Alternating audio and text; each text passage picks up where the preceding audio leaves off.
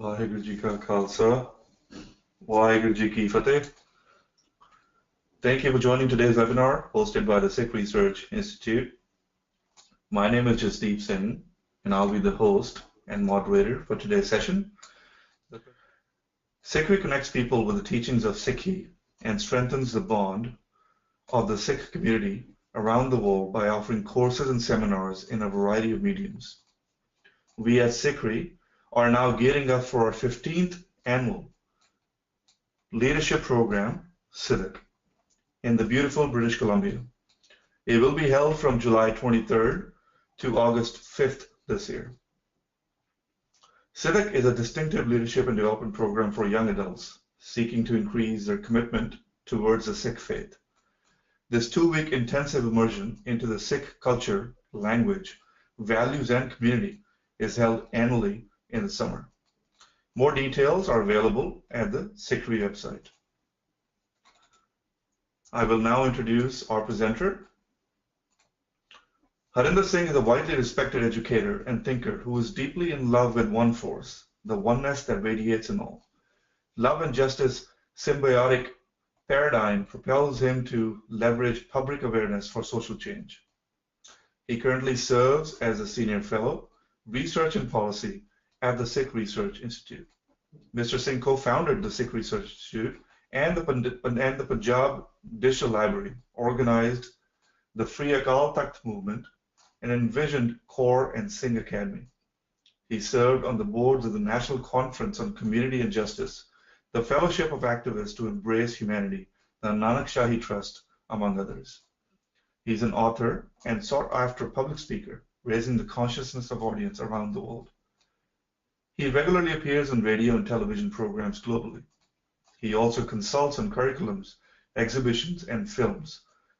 He holds a Bachelor of Science in Aerospace Engineering, a Master of Science in Engineering Management, and MPhil in Guru Granth Sahib. He is a Guru Sikh, Punjab's lover, and Begampura's Jedi. Now, without further ado, I'd like to pass it over to Harinder Singh to begin today's presentation. Thank you again. Vaheguru Ji Ka Khalsa, Vaheguru Ji Ki Fateh. Well, let's start this. As you see, the topic today is Ghallugharas, Politics of Genocide. I have presented on this topic in varieties of ways. So today it's going to be a little bit different. And essentially, anything in Sikhi starts with Guru Nanak Sahib. So the focus is going to be quite a bit today as to what do we know from within Guru Granth Sahib regarding the political elements, or what we generally call the politics related to when he, Guru himself, witnessed the genocide, and what did he do about it? There are all sorts of informations available to us regarding that, but my focus is primarily to see what is Guru Granth Sahib telling us about that, because that becomes not contestable, at least among the Sikhs. So I want to focus quite a bit on that today. And then once we have that sort of a framework of the founder of the faith, by whose reason we actually exist today, we can look into how are the 18th century genocides and the 20th century genocides are comparing. A little bit about what the state says at the time and what the Sikhs are saying. And I want to talk more about not the details of each one of these, which have been archived in many SikhRI presentations and other places as well, but really looking at the thesis, the larger issue, what we generally end up saying 40,000 foot level view. So what is the main narrative issue? And then what are the new things we are learning about 84 within this year, and what kind of responses those things are invoking. So with that, let's start with we all know this already, that Guru Nanak Sahib witnessed Babur's invasion. So I'm not going to cover Gurbani in its original form today, but I want to focus on the ideas. And on your screen, when you are seeing those numbers within parentheses, those are the page numbers of Guru Granth Sahib, in case you are interested. So what do we know? In Guru Nanak's own word, in his own shabads, generally what's within the Babur Banis, although there is no Bani called Babar Vani, but it invokes the invasion ideas. These are some of the things we know regarding the invasion itself. And the word invasion I use specifically because when we come to the 20th century and the 18th century, this term gets invoked as well. So one of the things he says very clearly in court, with the marriage party of sin, Babur came from Kabul and demanded charity by force. I mean, word choice, as you already know, there are things lost in translation, so I encourage all of you to go study it in original. There are only 4 shabads, and we actually have an archived webinar just on those shabads. But here, he's saying, obviously it's allegorical depiction that Babur is coming here and there's a brutal force being used, and he's coming to actually, he's enjoying, because the idea of marriage is what you enjoy, but saying this is a marriage party of sin, implying that all sort of atrocities are being committed. Second quote which I pulled out is, invading Mughal army laid waste the priceless land and no one pays heed to the dead. Now this talks about defiling ideas, defiling the space, defiling what we now in modern sense call territories, regions, nations, countries, states, whatever you want to call it. I'll just call it space for the lack of a better word. So the invading army, and we know this, and Guru Nanak Sahib records it very directly, and we know the world armies do this even today, that they actually go crazy, they go berserk. We have seen this happening in the contemporary times by the armies, including the US armies in the Middle East and Iraq and other places. So he also records that the Mughal army did not waste time, and they defiled. They're just going on looting essentially, and many strong mansions and ordinary buildings were burnt and destroyed.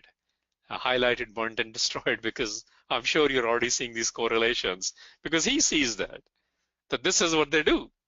And Mughal army inflicted so much beating that people screamed. So the idea here is that this is very graphic. This is very, very political. When we look at Guru Granth Sahib, generally speaking, of course it is about Ek Oankar, and of course it is about Naam, but the energies which flow from us, the active energy which comes out of, is born out of Ek Oankar, which becomes the culture of Naam. Within that culture of Naam, Guru Nanak Sahib does not shy away from talking about the brutalities which he's witnessing, and he uses very specific vocabulary. The Shabad, as we call it, Shabad means the word itself, Shabad means the hymn, Shabad means the infinite wisdom. So his word choice matters, and obviously these are translations, but they're one attempt to understand what he's saying, and they're very, very political, very, very graphic. I want to continue with this. And by the way, the format today is I'm going to try to finish. I want to have more question answer session towards the end today, but I want to try to finish this specifically from Gurbani's ideas and then a little bit other ideas in the next 1 hour. Now he talks about death and murder as well. And this is a very oft quoted Shabad where it says, Taki Darad Naya Shabad, you are the creator of all. If a powerful kills a powerful, then the heart is not pained. But when powerful lion attacks a herd of cattle, then the master must be asked. Point being, I don't understand this. And I'm asking you, the Ek Oankar, about this, because what I am witnessing is not making sense from the, and I want to understand what is happening. So when idea is, if the founder guru is going through these emotions, at some level we go through this and we can figure out how to have these conversations. Did you not feel compassion at this suffering and lamentation? And he protested against death and devastation caused by Babur, the angel of death. He calls him. That's the phrase he uses for Babur, angel of death. And the Guru sang in city of dead bodies, Maspuri. That's the word he uses, that I'm standing in the pile of bodies in the Maspuris. And even then I sing your praises. And I understand this angel of death who's bringing all these things. And his conversation is all about what we're discussing in last 2 slides and the next 2 slides. So it's not that he's sitting somewhere in a second hand, like we might be looking at television today. He's actually standing on a pile of dead bodies, he's saying. Maspuri which khaloke, exact shabads are there, in Gurmukhi script. So in the city of dead bodies, while I'm standing there, I'm singing your praises, and I'm looking at what Babar the Jabbar, what generally is called in Punjabi, but Babar, the one who is come as an angel of death, what he has done, the devastation he has caused. We'll continue. Within the Guru Granth Sahib, he continues and he talk about the plight of women in all this. Robes of some women are torn from head to foot. I mean, you can see what he's talking about here. This is the whole thing about dishonor word is a code word which gets used in South Asian languages to talk about rape, essentially. And he says, heads which were adorned with tresses and filled with vermilion are shaven and throats are choked with dust. Ropes are put around their necks and their strings of pearls are broken. Order was given to soldiers, dishonor them, take them away. So he describes what is being done to women in a very graphic way. And then he says, this is happening because this is what soldiers were ordered to do. So soldier follows orders, soldier follows general's orders, soldier follows emperor's orders, king's orders, whoever is in the command. That's what soldiers do.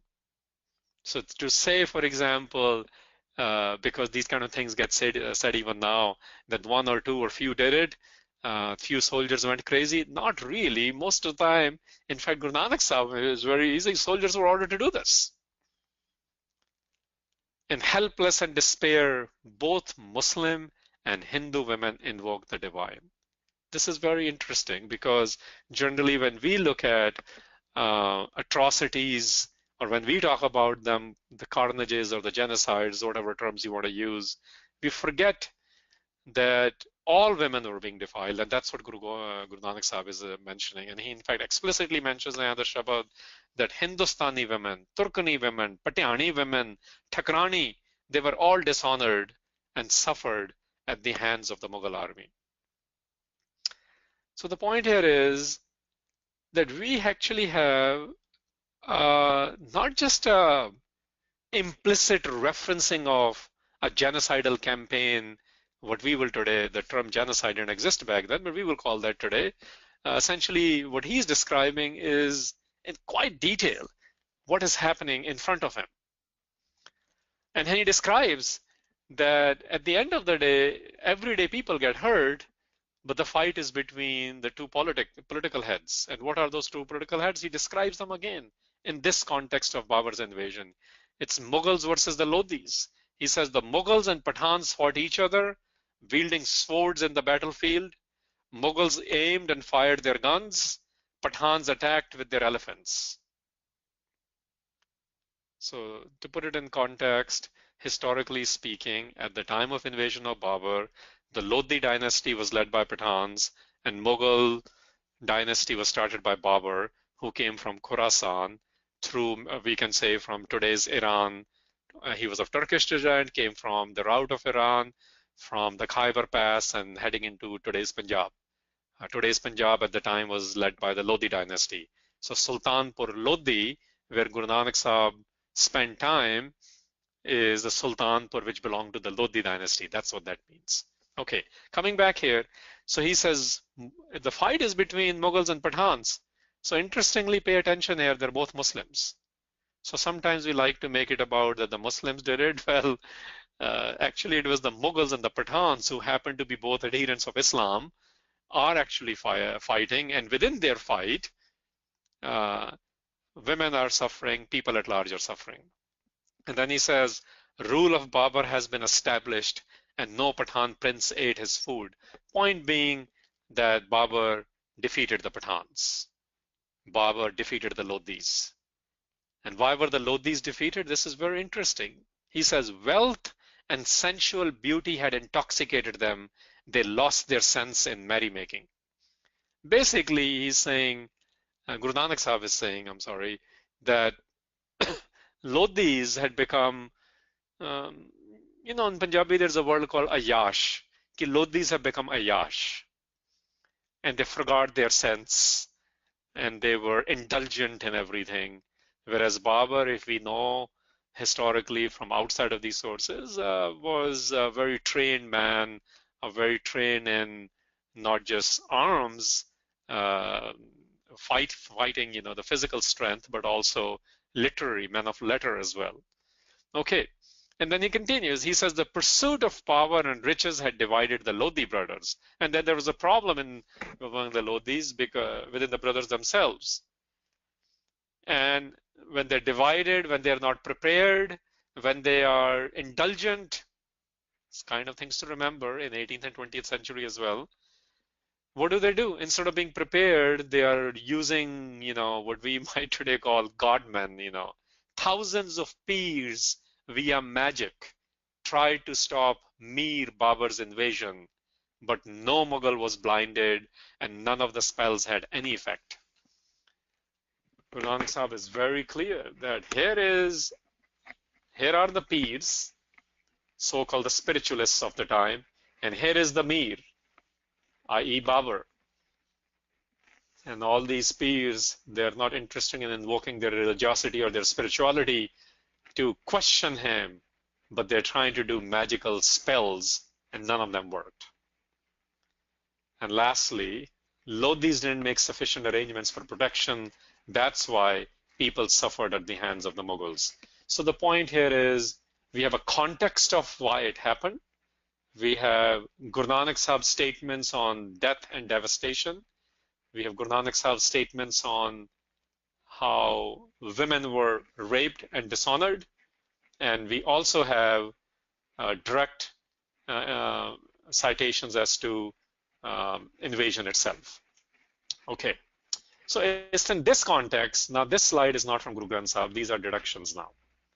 Deductions about the Guru himself, the Guru Nanak Sahib. So what do we know from this? We know this, that he rebuked Babur and his troops for tyranny and atrocities that caused rape, death, and devastation. I mean, you saw the words he's using, the choice of words of Guru Nanak Sahib. He denounced Babur while no Muslim Sufi and no Hindu saint dared to do so. We don't find that. So think about that. You have the two established religious centers of the time, the Islam being led, Muslims being led from the Sufis in the Panjab area and Hindu saints in that area. Nobody denounces Babur. And only, why is this? Because Guru Nanak himself writes this, and he says this very clearly in other spaces in Guru Granth's places in Guru Granth Sahib. Because Guru aligns with the oppressed, Guru feels the people's pain, the pain of the people. So I think this makes it even more unique. This makes it even more powerful that in the whole of South Asia at the time, when the Pathans and the Mughals are fighting, when the first emperor of India, as an invader emperor, as being established as the emperor of India and by Babur himself, nobody is critiquing him except Guru Nanak himself, because he feels the pain of the people. He feels pain of even the Muslim women whose men were part of these devastations. Because Guru points out the ills of contemporary politics, and he sets norms for rulers' behavior. Guru's politics does not suit the power centers. The politics of the Guru is very much there. That's the first point. Guru has a vision, and part of that vision is a political vision. And part of that political vision is that there are some rules, there are some norms, there are some moral codes, there are some ethics which must be adhered to, including by the heads of the states. In that case, at the time, used to be kingships. And he does not just declare that. He says we must articulate it, we must confront the powers to be, and if they're going to jail us, so be it. And you know there's a Gurdwara, Jithyodan, where he was kept in jail by the Babur. And he does all this. Guru Nanak Sahib does all this because Guru does not ascribe divinity to the king. Guru ascribes divinity to every single human being on this earth. This is why. Because king does not have the divine right in the Sikh tradition. We all have divine rights in the Sikh tradition. All 7.2 billion people in 2017 numbers. Back then, every single person whether they're the subjects of the Mughals or the subjects of the Pathans, every single one is divine to the Guru, and Guru holds the king accountable because the sovereignty in Sikhi belongs only to Ik Oankar. Guru Granth Sahib is filled with references to Raja or Shah. The Sahib, there's only one Sahib, and that's the Ik Oankar, that's the force. This is why Guru exercises Nirpa Nirvair even in front of Babur, because everyone is divine. Only king is not the only one with the divine right, and he must be held accountable. And because sovereignty comes from Ik Oankar, Guru sets aside norms of hereditary or caste or religion or tribe, and he essentially says that the only qualified ones have the right to ascend the throne. The right to rule is for those who are qualified, those who will maintain certain behaviors. And that's the learning we have about the Guru's politics from Guru Granth Sahib itself. Now, based on this worldview, which is articulated in Guru Granth Sahib, this worldview which was practiced by Guru Nanak himself and obviously by every other Guru in the history of 239 years of their training between 1469 and 1708, this political element of the Sikhs becomes second nature to the Sikhs, because the spirituality of the Sikhs is based out of Ik Oankar, and part of that spirituality extends to assuring that this divinity is exercisable, is given as granted to everyone in this world, which means they have a right to live freely, which means you cannot ask for right to live freely, you cannot establish the right to live freely unless you're willing to confront powers. Okay. With this worldview, let's come to 18th and 20th century. Obviously, there is so much there. This is just to give us a snapshot. There are always going to be varieties of narratives, which we'll cover a little bit later. But let's talk strictly in, these are estimations. There are no surveys of the time. There are no lists made, but there are references available. And today's point is not to fight about the number or the state actor or the particular Sikh responder, but just to say, hey, here is the overall picture. This happened in 1746, but 7,000 Sikhs were killed.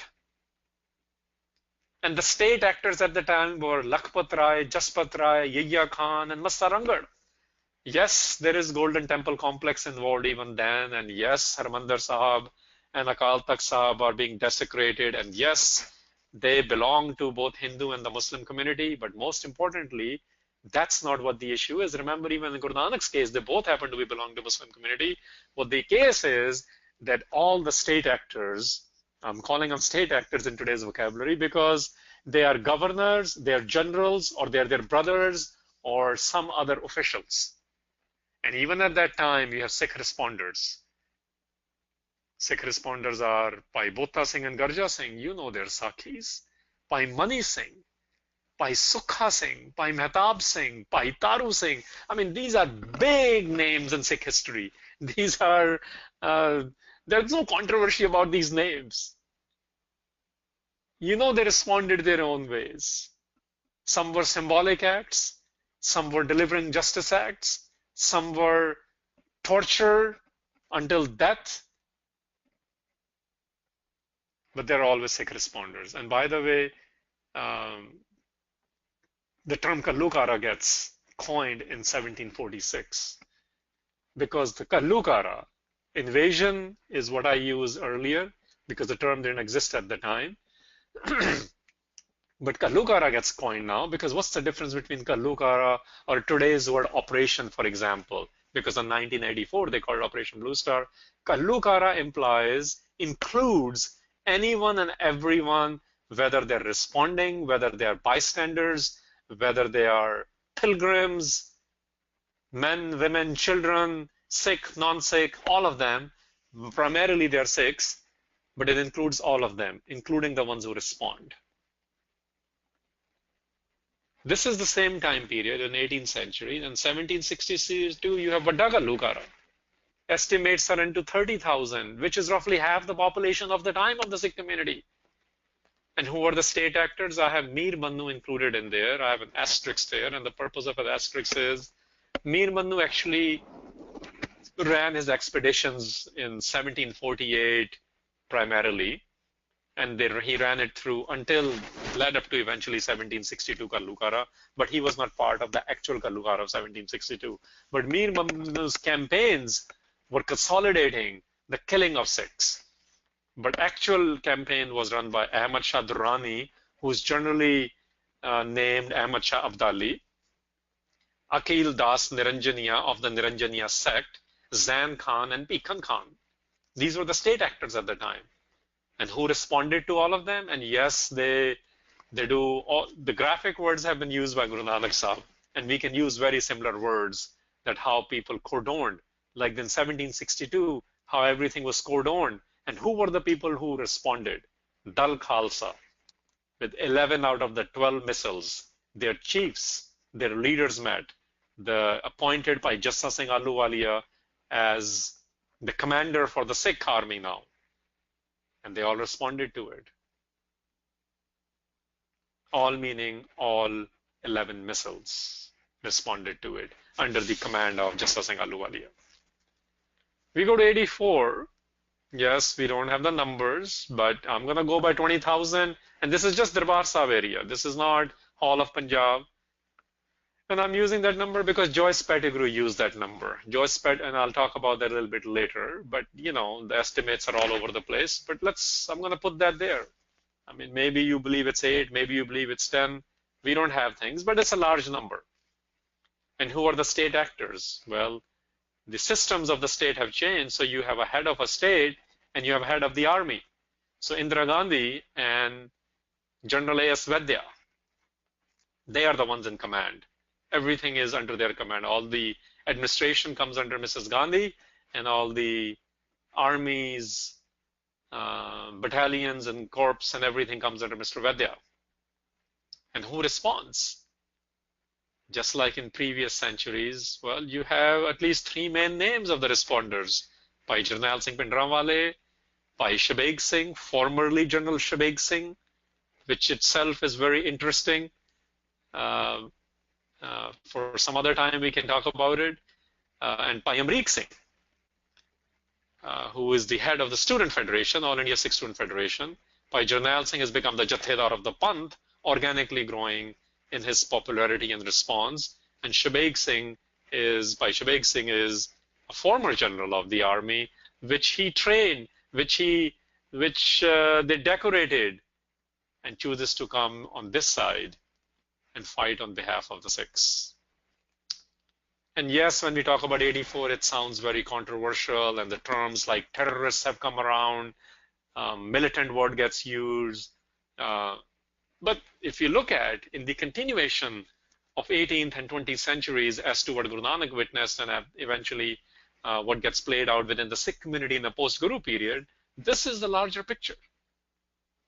And in this larger picture, there is always an issue of narrative, and that will remain an issue. But let's understand from Guru Nanak Sahib, in Guru Granth Sahib, what he's saying. And look at his choice of word. Dark era is sword-like, kings are butchers, religion winged and fled, lies are the new moon, truth moon isn't visible, where has it risen? Searching, I am bewildered. No path is visible in darkness. Egocentric humanity cries in pain, O Nanak, how can they be freed? I'm sure this is not, you will agree, the narrative of Babur. He's calling Babur a butcher.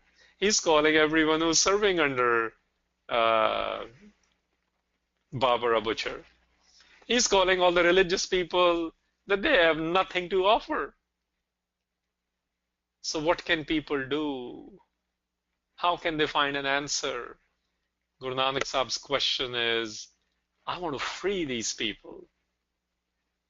If you look at it, he's very clear. His narrative is clear. You can apply this. I mean, this happened very recently. You saw 2 weeks ago when former DGP of Punjab, KPS Gill, died.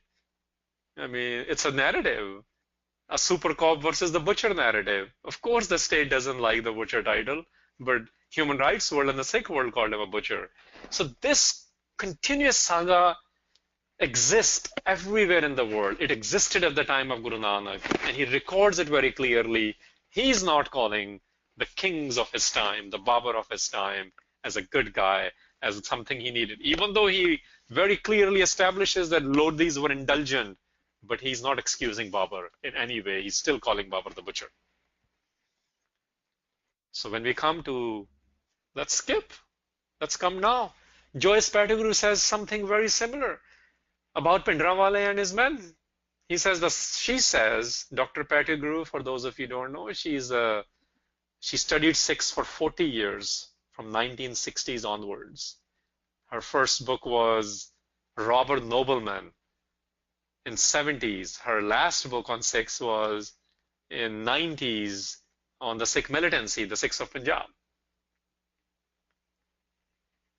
She wrote an article called In Search of New Kingdom of Lahore, and she says, the sacrifice of Bhindranwale's life and that of his followers drew attention to the fact that Sikh live by a model of society opposed to that for which India stood.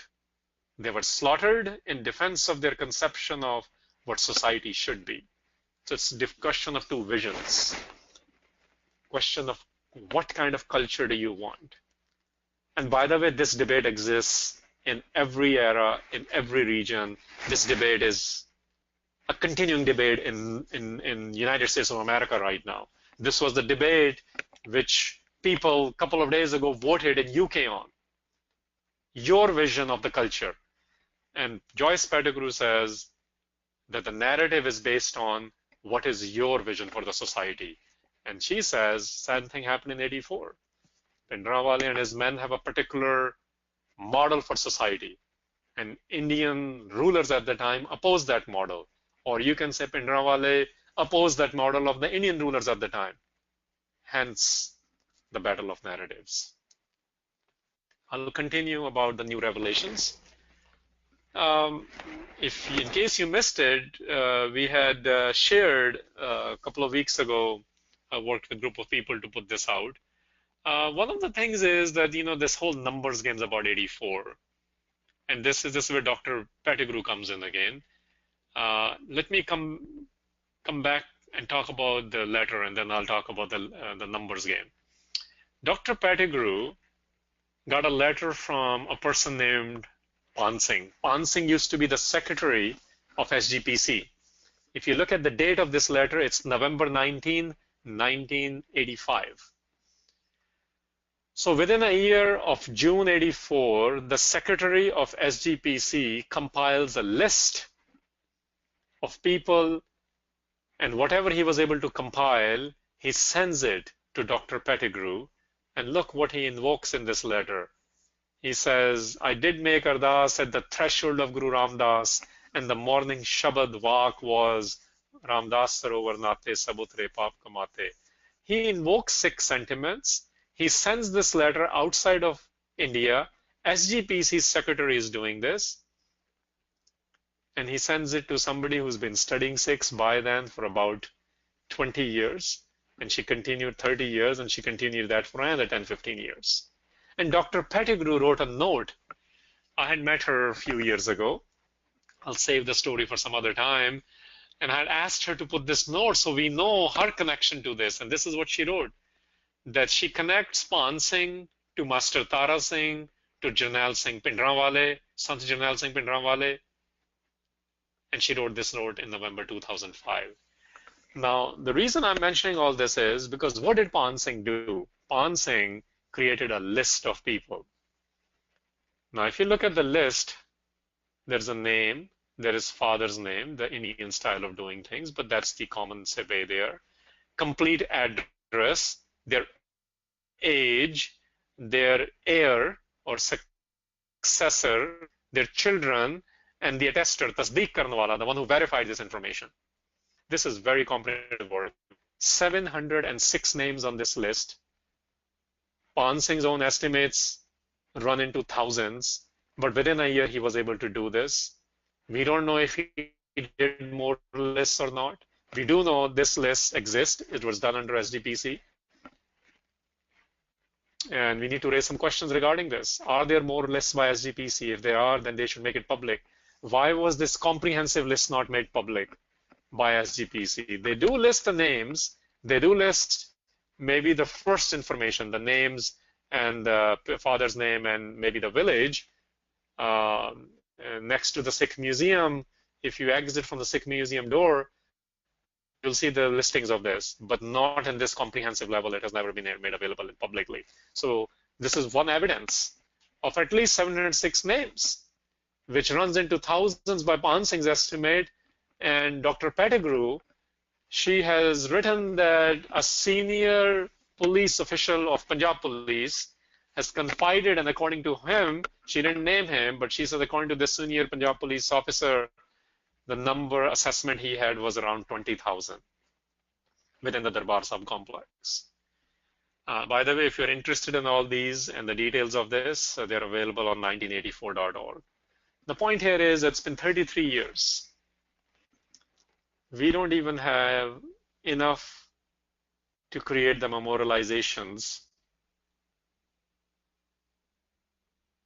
I was in England a week ago talking to one of the individuals who used to be a college professor in Punjab, and he was telling me that we can't even make the memorials of the Chota Ghallugharas and Vadda Ghallugharas, and the excuses universities give there are they can't even come up with the 5 names. He said, I came up with several names from them because there are gurdwaras in Punjab's villages which are, and this is how Sikhs used to memorialize, which are named after the ones who either died or campaigned or responded against the Duranis of the world or the Lakhpatrais or Jaspatrais of the world, and they're all over Punjab's villages.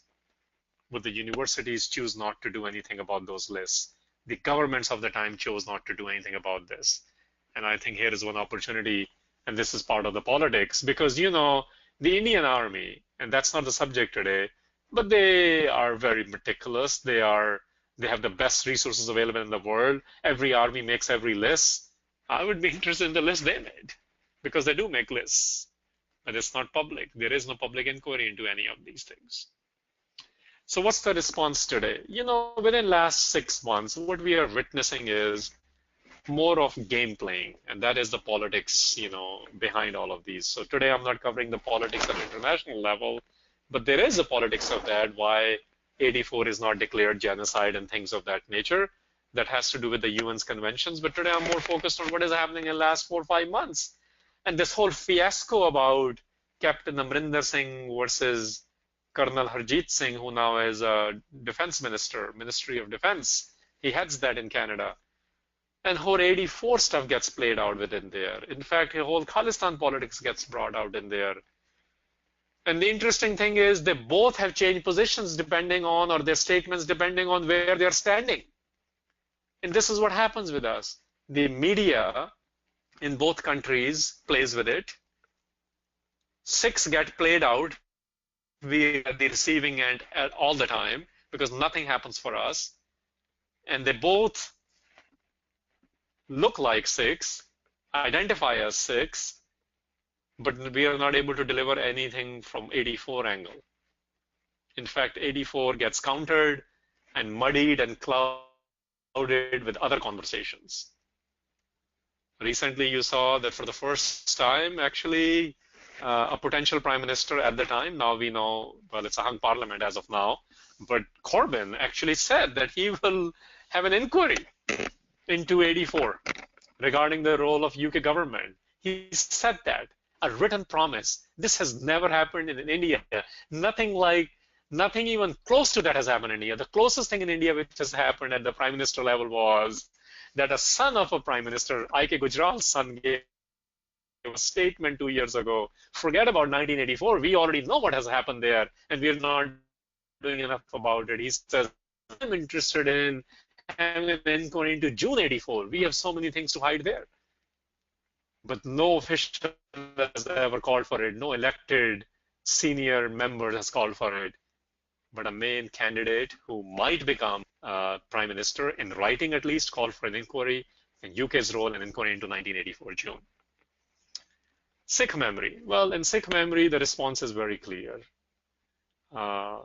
You can have sort of an unfair war being fought out in social media because we don't have enough numbers, we don't have resources, we meaning Sikhs.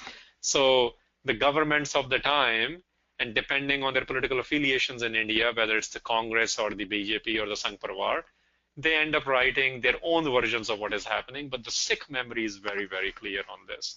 Sikh memory is so clear that whether you were for the independent state or not, whether you identified with the Akalis or not, whether you liked Pindrawale or not, every single individual involved in any capacity of any activism or understanding of Sikhi in 1984, including people like Khushwant Singh, late Khushwant Singh, they are giving back the medals. Bhagat Puran Singhs of the world, of the time, writing to the presidents and the prime ministers, Chiranjeev Singhs of the world saying, I don't need to be the ambassador for India. Sikh memory is very, very clear that it was a Ghallugharas.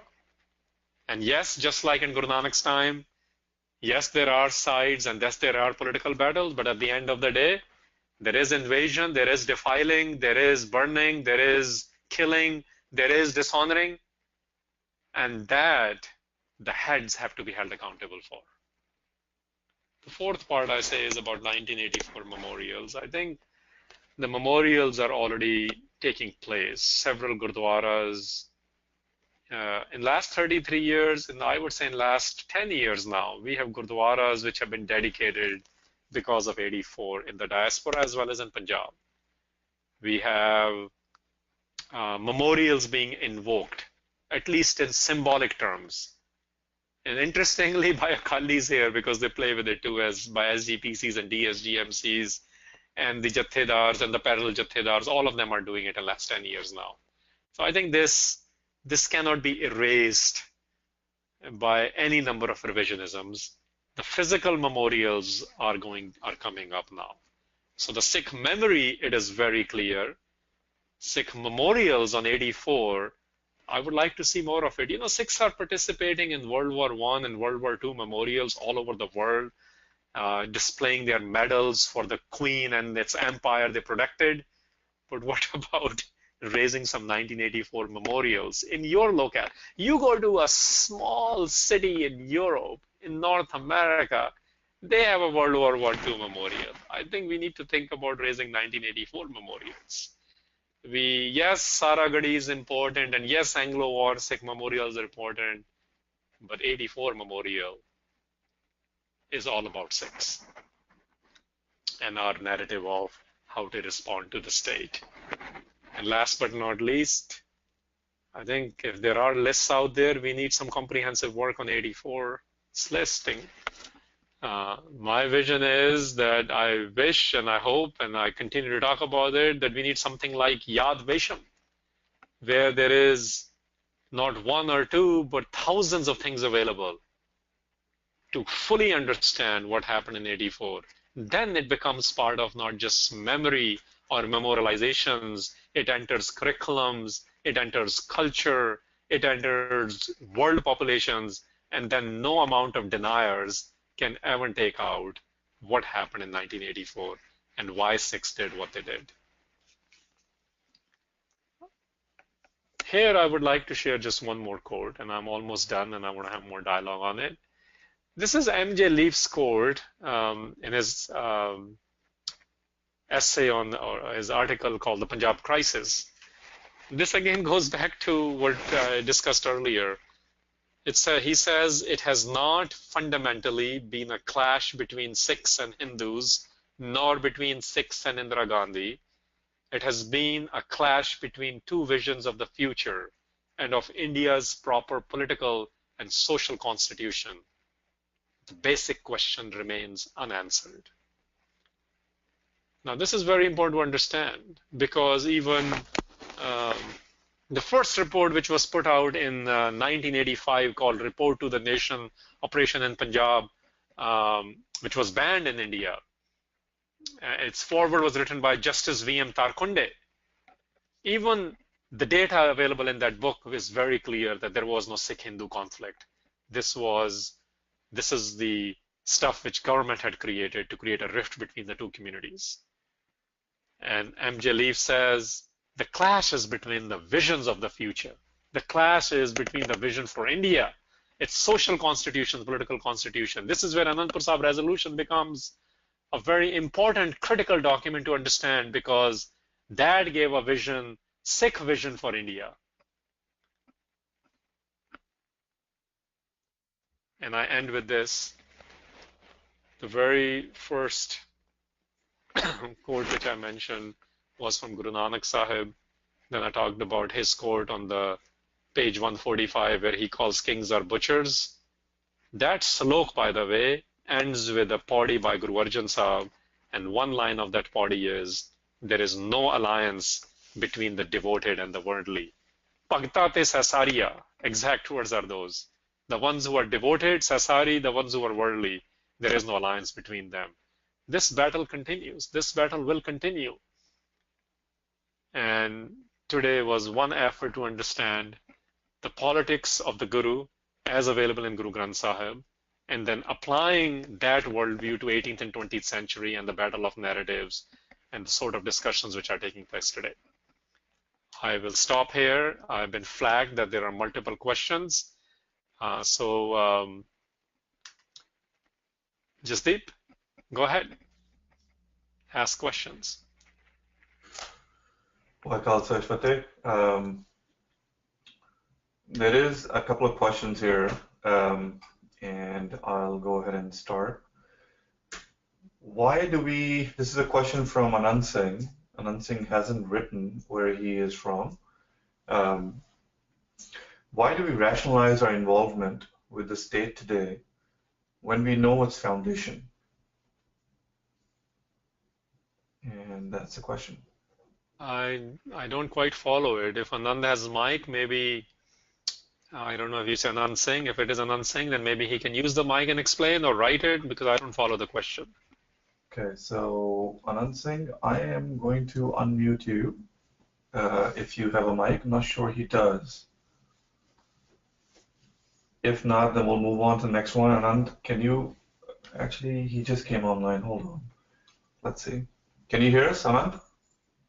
Yes. Yes. Okay, go ahead.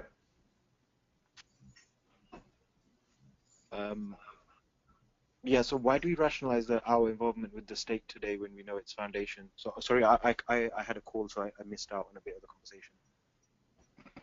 Yeah, I'm not following your question. Can you explain a little bit what you mean? You know how you talk about Guru Nanak's kind of vision of the state, and our concept of society is fundamentally different to the state that we have today, whether it's the Indian state or England or America or Canada. They all follow the European kind of state system, and they're all founded with the same principles and ideology. Then how do we today as Sikhs then rationalize our involvement, or to what level we're involved with the government or the state, when we know its foundation isn't one that's conducive to SikhRI? Like if you look at the description of Babar Bani, right, about the nature of the state, if that makes sense. Okay, if I follow you, okay, thanks for asking, Anand. Every adherent, if we go back to the shabads which were shared, Guru Nanak Sahib is essentially describing the roles of heads, we'll call them, whether they were political heads, religious heads, or army heads, and army heads are part of political heads. And he was really critiquing them. Individuals have to make their own decisions as to regionally or country or the land or the space they live in, as to how to conduct themselves in that area. So for example, if it is UK, it sounds like you were talking about UK and India right now. So if it's UK, then you have to look at, if you want to be a citizen of UK, what value systems you bring to the conversation in order to change that. If you don't even agree with the idea of UK, then you have a choice to exit the UK, leave the UK, or create a movement to change the value system of UK. So I think that's a choice each individual has to make as to whether how to confront, whether you want to confront, and if you want to confront, then you get to decide whether to escape it or confront it in your own way. There is no suggestion by Guru Nanak Sahib not to confront, but he definitely is saying that he has a particular vision, and the Sikhs of 18th and 20th century have a particular vision, and they continued in their own way. While not every Sikh did it, but some chose to do it, and we talk about them. Thank you. Sure. Next. Yeah, sorry, I was actually on mute. Tarseem Singh Goraya asked me to unmute him, so I'm going to go ahead and do that. And let's see if he has a question. We'll give it maybe 15, 20 seconds. Tarseem, can you hear us? I have unmuted you. And if you'd like to ask your question.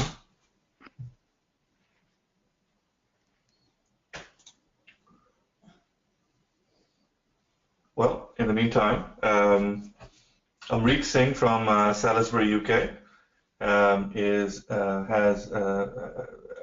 maybe a three-part question here.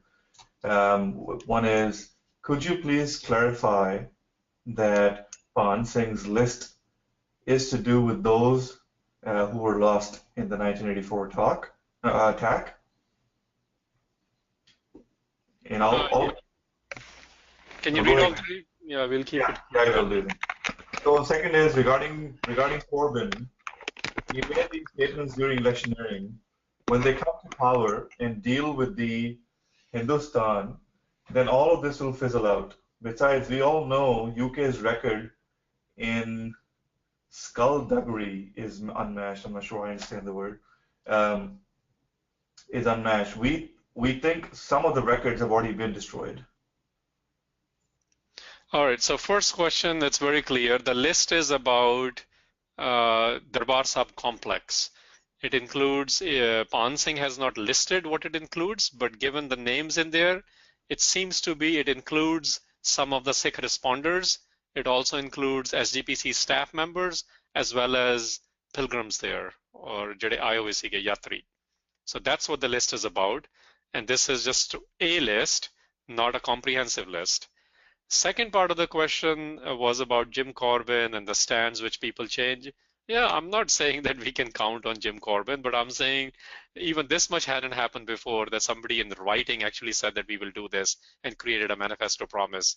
Of course, you know, we have to understand that as minority among minority communities everywhere in the world, unless we get our act together, and I'm not saying even then things will happen, but at minimum, we have to create our own forces, you know, our own alignments in terms of creating enough sort of weightage as a community. And I think UK is really overdue in that. This is the first time we actually finally have 2 MPs. And yes, that's a separate issue, which MP we need or not. But my point is, for a community as one of the largest regional powers of the Sikhs, we haven't had any representation. And at the end of the day, when you don't have representations, you're not able to play or bring weightage to your issues in the community, because the other communities or the state actors always have much more weightage because of varieties of things, and not to mention economies and the trade issues, the monies they have to make from each other. So yeah, I'm just saying this is remarkable that it even happened. But yes, most probably nothing will happen until we create more regional power representation for Sikhs in the communities we live in.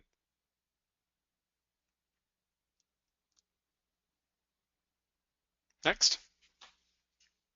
And that are all the questions actually that I've received. This is again a shout out to everybody. If you do have a question, we do encourage you to ask the question with a mic. I sometimes might not do a good job at reading those questions to Harinder Viji. So if you have any more questions, please send them our way. One question from Harnail Panayich. He or she does not mention where he or she is from, but when you say that the divinely inspired and the worldly are against each other, won't they create more divide or conflict?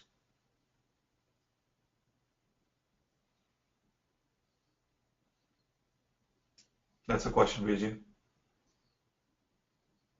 Yes, firstly, I didn't say that. This is Guru Nanak Sahib's verbiage. Actually, to be exact, it's Guru Arjan Sahib's.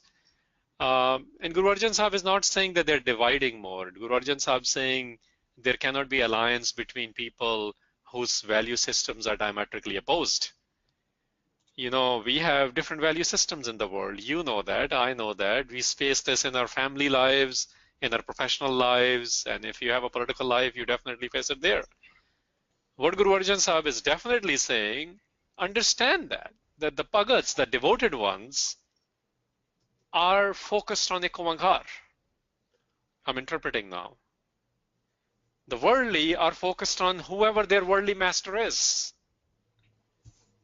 So when you have an authority, now I'm connecting it to the Shabads which I shared earlier of Guru Nanak Sahib, when you have a worldly authority, they have their own implementation, their own vision, and when you have ek oankar as an authority, you have a different value system. And that's what Guru Arjan Sahib is referring to. And I think as I see it is played out in Sikh tradition, it is very, very clear that the whole of Sikh community doesn't see that either. And earlier questions even today reveal that there are peoples, varieties of people, Sikhs, adherents all over the world with their own value systems, and not everyone sees ek oankar as their sovereign. But that's what Guru Arjan Sahib is saying. Those who see ek oankar as a sovereign and those who see a worldly authority as a sovereign, they will be in conflict and they continue to play their roles. And the question is, who's your sovereign? And once you know who's your sovereign, your value system, your vision, your politics becomes clearer, and that's how your response gets developed. Okay, thank you. I have one more question from Gurpal Atwal, and he mentions that when you say it's worth pursuing a Yad Vashem style memorial in the diaspora, Vancouver or London, etc., would be ideal in Punjab, I feel, but not sure if that's possible in existing climate. Or, I mean, I think the question is, are there memorials? And I know you mentioned, Vijay, that memorials are being started in Punjab too. Can you talk a little bit about those memorials? Sure. Firstly, Yad Vashem is not just a memorial. Yad Vashem is the largest collection of archival documentation on anything and everything related to the Nazi-led Holocaust of the Jews during 1940s. And it actually also consolidated into a memorial, but it is much more than a memorial. I was invoking that. But 84 memorials, you know, I was at Gravesend Gurdwara a few years ago. They have a physical memorial. I went to a Gurdwara in North Carolina, which is dedicated to 1984, not today, but several years ago, 2 to 3 decades ago. If you go to Darbar Sahib complex and DSGMC, they are raising their own memorials, not necessarily on the June, but related to 84. So there are conversations, there are actions by smaller communities, larger communities, but we don't have, I think when enough of these smaller memorials happen, we will have a better way to create a national or international memorial. Just like, you know, even if I go to vacation in South Africa and Cape Town, even Cape Town has a Holocaust museum. That's what I'm talking about. When you cannot escape it. You go to small towns in US and Canada and Europe, I mentioned, they have memorials on World War I, II, Korea, whichever wars people fought in. My point is, when you have enough data and enough memory being invoked, it is hard to get rid of, through revisionism, the signs of what really happened. Eventually, I mean, I've been at it for several years as well. I can tell you we neither have the resources nor the aptitude right now to actually create a proper memorial. I think when enough of the smaller efforts happen, those people can come together to create a much better memorial, which is Yad Vashem style. But there are some definitely good efforts on. 1984.org is one. Living History Project is one. Sikh Siyasat ran series of audio files on this. NSYF, SikhRI, Jakarta, they have run their own campaigns on presenting what has happened in 84. My point is, human rights organizations, and SAF does its own documentations of this. Khalada Mission does there are several efforts which didn't exist, I would say, 15, 20 years ago. Now they are consolidating into something very, very clear, either as an outreach or as a documentation or archiving projects. I think eventually something will come together. I am very hopeful it will happen. It's a question of when the right minds and the right resources meet. Okay. Next question is from Gurpreet Singh from Hamilton, Ontario. What might be the top 3 or 5 things that the Sikh youth or even the non-Sikhs should be taught about 1984, or what they should know about 1984? And what is the Panth's elevator pitch, in quotes, ask for the basic 1984 events knowledge or understanding? I mean, and then this is a question, by the way, sorry. Well, I was hoping we will have more conversations regarding the politics surrounding the question, but this question has been answered multiple times, and I mentioned several names of organizations who have actually done that, who have created very good presentations, very good documentations for the outreach purposes. And I just listed several of them. So I encourage the person who asked this question, I think he said Gurpreet Singh, to go look into those. I would highly discourage creating any elevator speeches until you yourself are convinced of the narrative, the Sikh narrative. So go figure that out first based on those documentations and outreach efforts which are happening. One thing is very clear, and I will cite this as an example only, and there are no parallels because every situation is different, every community is different. But when somebody invokes Holocaust, I don't think we sit here and say, well, some Nazi didn't do this, or some Jews actually worked with the Nazis, or some Jewish businessmen were actually doing this, or some Inglorious Bastard style people went and killed the Nazis. Nobody does that. Those are the details. The very simple line is, they came to kill us and they killed us. That's what 84 was. Ghallugharas term needs to be understood. Ghallugharas means collective attack on the Sikhs, where they declare nobody will be spared, and that's what they did in 1800s. That's what they did in 84. There's enough evidence of that. We have already documented that, so get that clear. I think we need to understand what Ghallugharas is, and we must defend everyone within the Ghallugharas tradition, which means including the responders who responded to the unjust states of the time. So that's my sort of a ask of the individuals, all of us here, all Sikhs, and then look at the resources available and how to best answer to your audience. Thank you, Virji. Next question is from Pradeep Singh from Ropar, Punjab. And he mentions there were clashes on 2 different groups on the Remembrance Day at Akal Takht, and the focus diverted from the Ghallugharas Shaheeds to the fight which was covered by some newspapers in Punjab. What could be the role of an individual to stop these kinds of fights, and suggestions on those? So, this is nothing new. This is happening. I think the question really needs to be regarding the individuals who go through these skirmishes and the reasons for them, and how they actually provide great headlines for major Indian publications and news media to create a stereotypical image of the Sikhs all the time. At the same time, we also need to understand the space of Akal Takht Sahib it is not free. It is regulated by the state and its agencies and its sub-agencies, including SGPC and the Akali Dals, even if they are not in the power. So what happens is, who gets to say what from a place which belongs to the Guru has been a debate for a long time. One thing is very, very clear, that currently it is not run in accordance with the Sikh ethos, in accordance with the Guru's plan and the Guru's vision. So I am essentially saying expect more of it and not less, and also look into who does it and why it happens.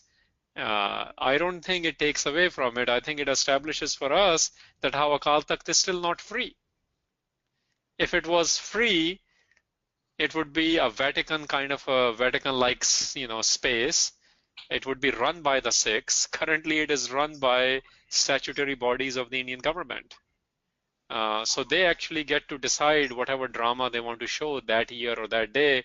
And yes, some Sikhs do play a role in it. It is not all Indian state, but those Sikhs might be misled like me, or might be just fighting to create that freer expression of what really happened in 84, rather than sort of a manufactured one and what they call reading what the teleprompter is saying. Okay. Thank you, Virji. The next question is from Jaspinder Singh from London.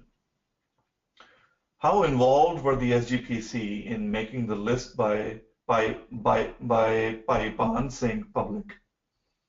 How likely is it that they will release other important documents in the future?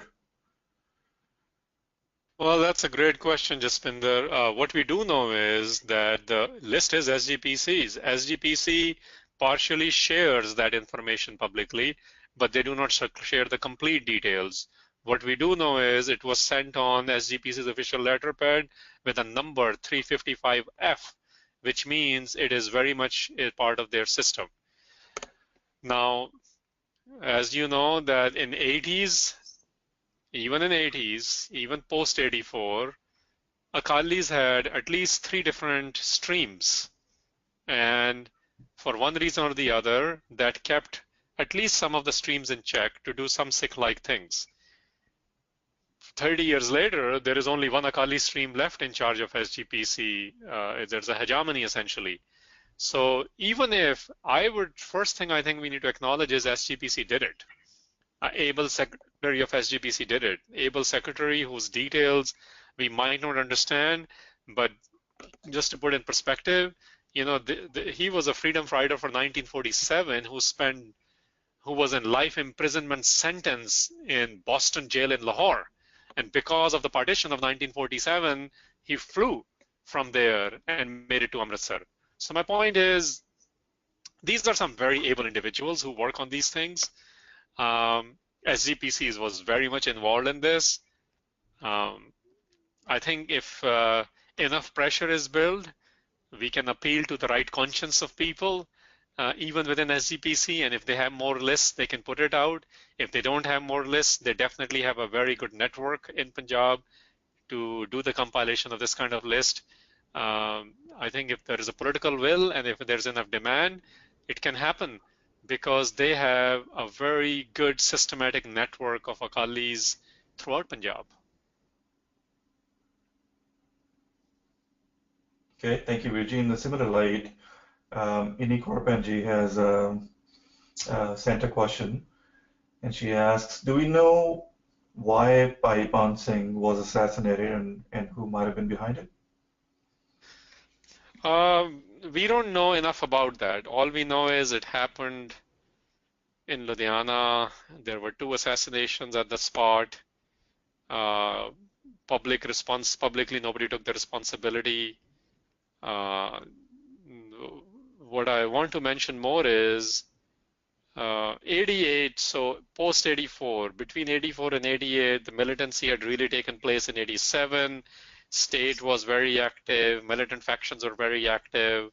There were several assassinations which were happening on Sikh side as well as the state side, but not enough is known about it. It was condemned by all sides, but There are at least, well, there are several major political assassinations of the time where not enough information is available. So we don't know. Okay.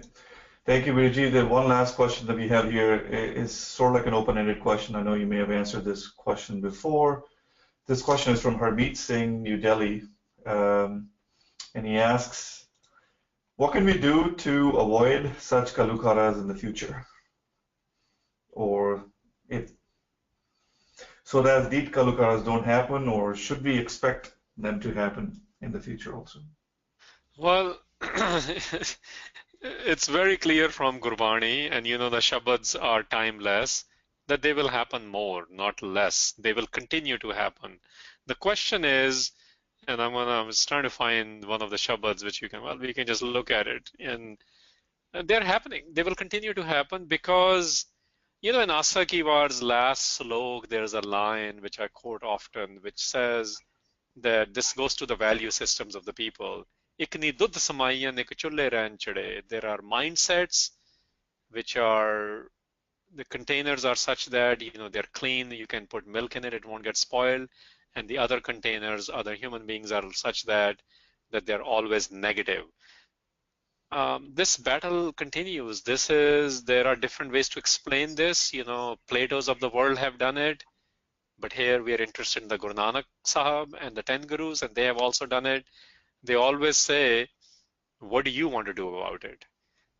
Ghallugharas happen, and he mentioned the one he witnessed. There was the problem between the Lodhi's problems, the Mughals' problems, and he gives the reasons why it happened. But his eventual question was, we need to understand why it happens, but we need to be prepared, because he mentioned and uses that word on how to deal with them, how to confront them. So now, my conjecturing, given the historicity of last 500 years, expect more. In fact, when Sikhs have been very Sikh-like, we've been hunted with the prices on our head. When we have become either apathetic, unconcerned, or collaborators with the state, then nothing happens. Then there are no Ghallugharas. Ghallugara happens because you are confronting the power.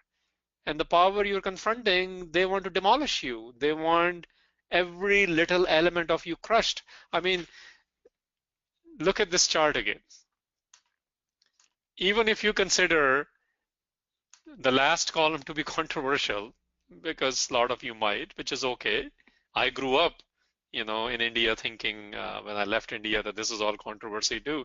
But when you put it in perspective, in 50 years, 100-year, 500-year perspective, this is what happens. Question is, are there going to be enough responders every time? So the preparation is, and this is why when the Guru gives a vision that wherever you live, the idea is to make your space Begampura, your space Kartarpur. And if part of that space means you want to change the realities of not just Delhi or London or New York or Vancouver or wherever you might be, but if you want to change the realities of Punjab, then you go and work towards those realities. If you want to change the realities you live in, you don't like Theresa May, Trump, or whatever, then you change those realities. But the point is, largest concentration of Sikhs is in Punjab even today. 80% of population lives there today, and this is about that 80% population in today's numbers.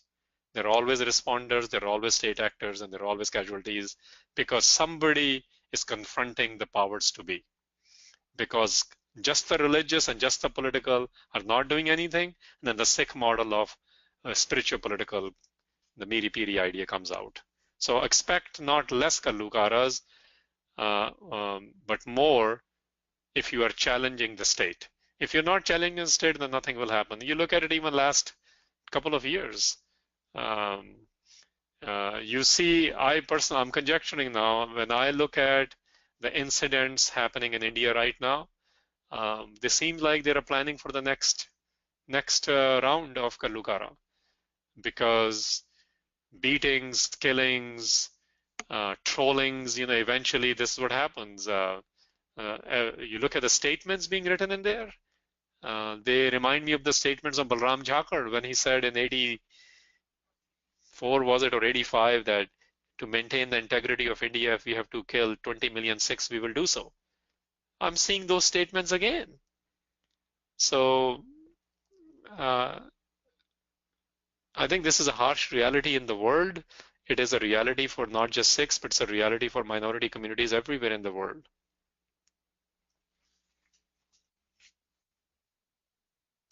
Thank you, Virji. I think one last question, and we'll wrap it up after this. This is a question from Taran Vasan, and he appreciates the conversation from today. He says, from Gurbani, any insights on the Sikh response following the Holocaust? Example, the Ghallugharas. Is there any response from when Guru Nanak Dev Ji, Guru Nanak Badshah witnessed everything he did? And the message could be rebuilding or healing and or justice. Yeah, there are several of those available to us in Gurbani. The ideas of administrating justice, the ideas of becoming a warrior who is drenched in divine love, ideas of creating an alliance with or fighting for downtrodden and oppressed, not the establishment. These are very, very clearly articulated in Guru Granth Sahib.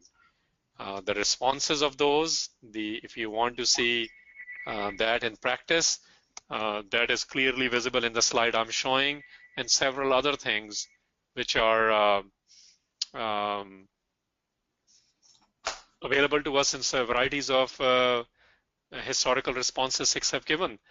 Now, specifically to what Taran you were asking, Guru Nanak, if you look at the life of the Gurus for the 239 years, that's exactly what the training is. The training is of two kinds.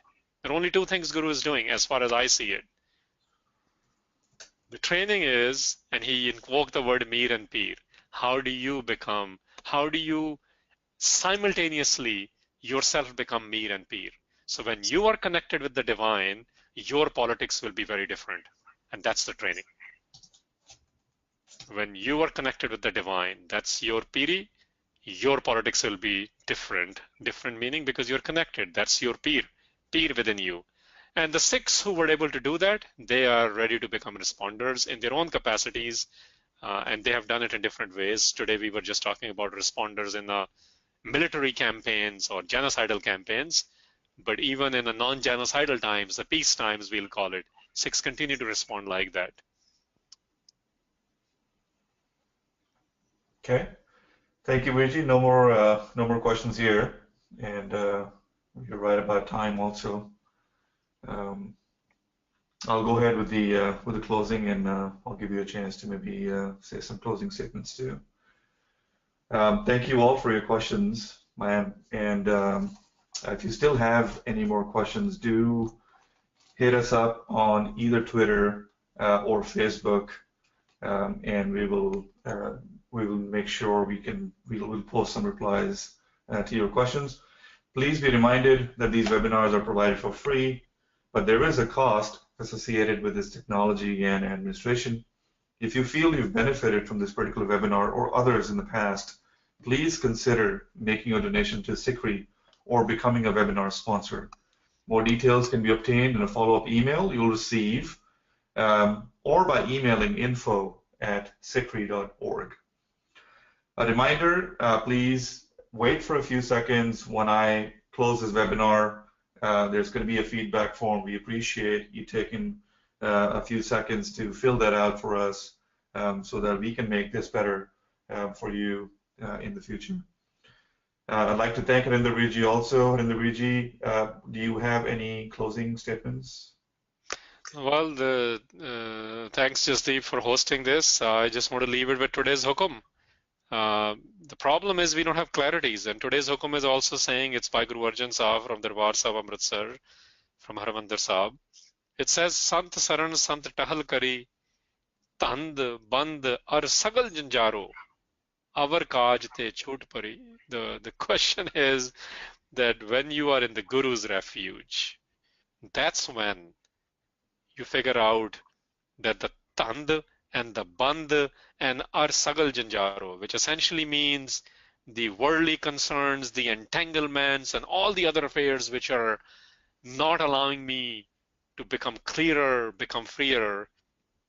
And in this case, the genocidal campaigns, what to do, because we are caught up into the noises of the political parties or the Sikhs at the Akal Takht of Indian government, Canadian government, inter sort of Jathebandi fights.